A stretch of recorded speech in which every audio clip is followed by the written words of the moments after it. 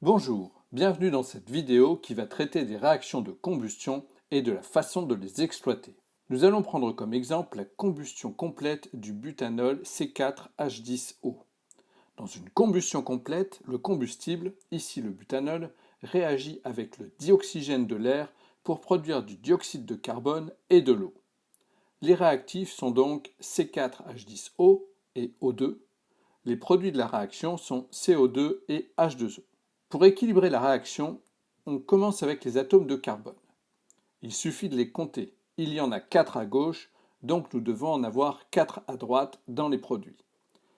Pour avoir 4 atomes de carbone, il nous faut donc 4 CO2. Puis on regarde les H. Il y en a 10 à gauche, il en faut 10 à droite. Donc il nous faudra 5 H2O pour avoir 10 hydrogènes. Il nous reste à regarder les atomes d'oxygène.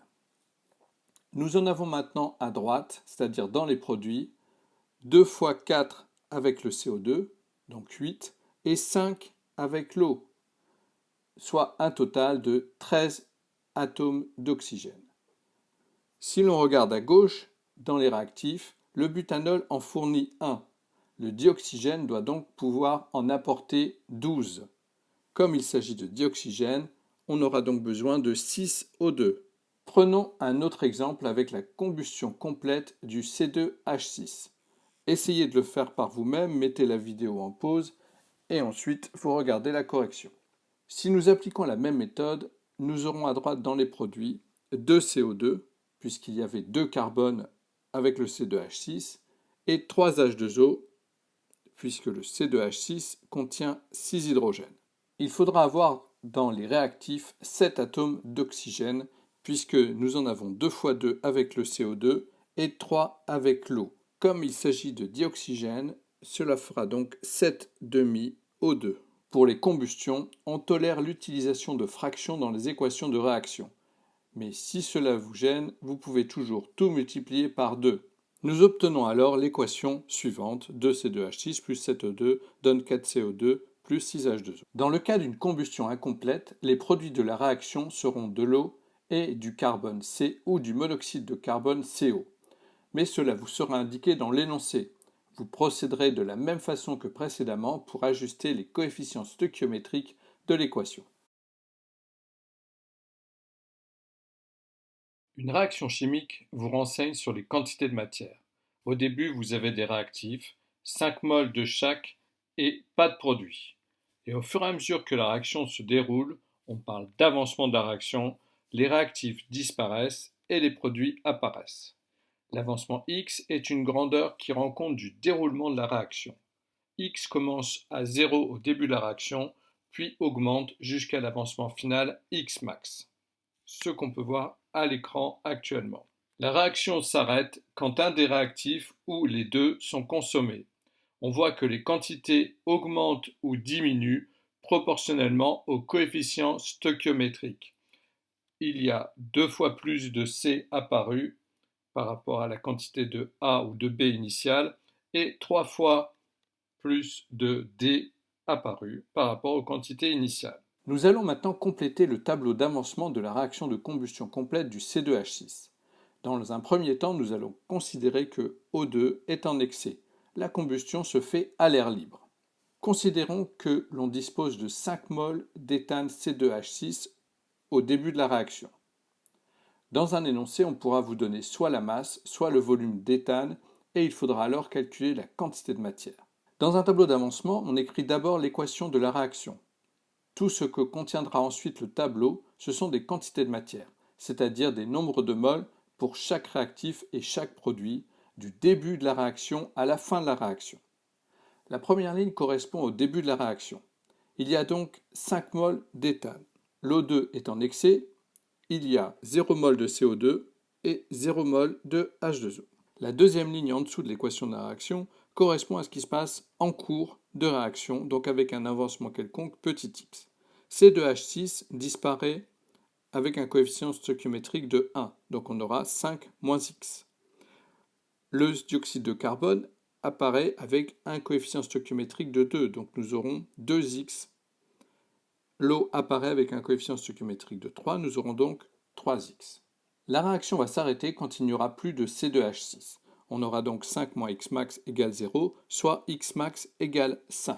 On voit qu'il y aura à la fin de la réaction 2 fois 5 égale 10 mol de CO2 et 3 fois 5 égale 15 mol de H2O.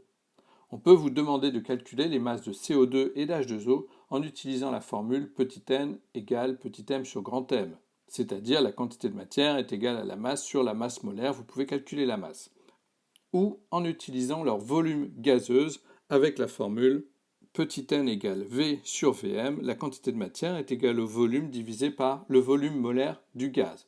Ce volume molaire du gaz sera donné dans l'énoncé. Si jamais la réaction de combustion se déroule dans un environnement fermé, la quantité d'oxygène va être limitée. Reprenons le cas du butanol, mais avec une quantité initiale de 12 mol de O2 et 5 mol de butanol. La quantité initiale de butanol vaut 5 mol, la quantité initiale de O2 vaut 12 mol.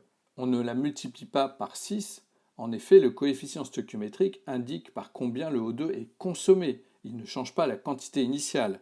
Imaginez que vous mangez des bonbons par 2, ils disparaîtront 2 fois plus vite, mais vous n'en avez pas 2 fois plus au départ. C'est la même chose ici. On complète alors le tableau d'avancement. Il faut trouver maintenant quel réactif est consommé en premier. Soit le butanol, soit le dioxygène. Il faut trouver quel réactif est consommé en premier. On calcule Xmax pour les deux réactifs. La réaction s'arrête quand le premier réactif est consommé. C'est donc celui qui a le plus petit avancement maximal, ici O2. La réaction s'arrête donc quand Xmax vaut 2 mol, c'est-à-dire quand O2 est complètement consommé. On dit que O2 est le réactif limitant. Maintenant que nous connaissons Xmax, nous allons pouvoir calculer les quantités de matière dans l'état final pour les réactifs comme pour les produits. Pour le butanol, 5 moins Xmax est donc égal à 5 moins 2 mol, il reste 3 mol. Pour le dioxygène, il ne reste plus rien, il a été intégralement consommé.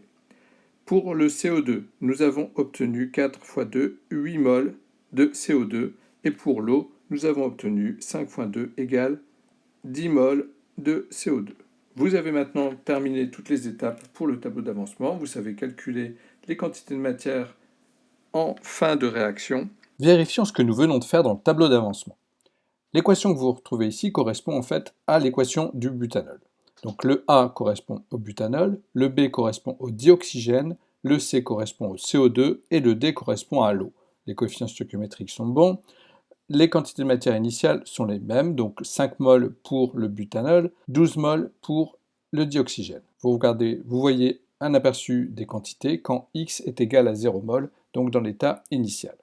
Au fur et à mesure que ça avance, que l'avancement augmente, vous voyez que les quantités de butanol diminuent, les quantités de dioxygène diminuent, mais elles diminuent de façon beaucoup plus importante puisque le coefficient stoichiométrique est plus grand.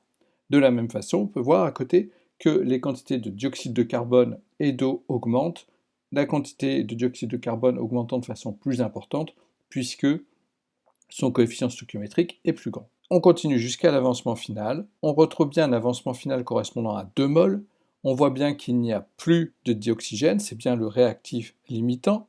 Le butanol est bien le réactif en excès, il y reste 3 mol.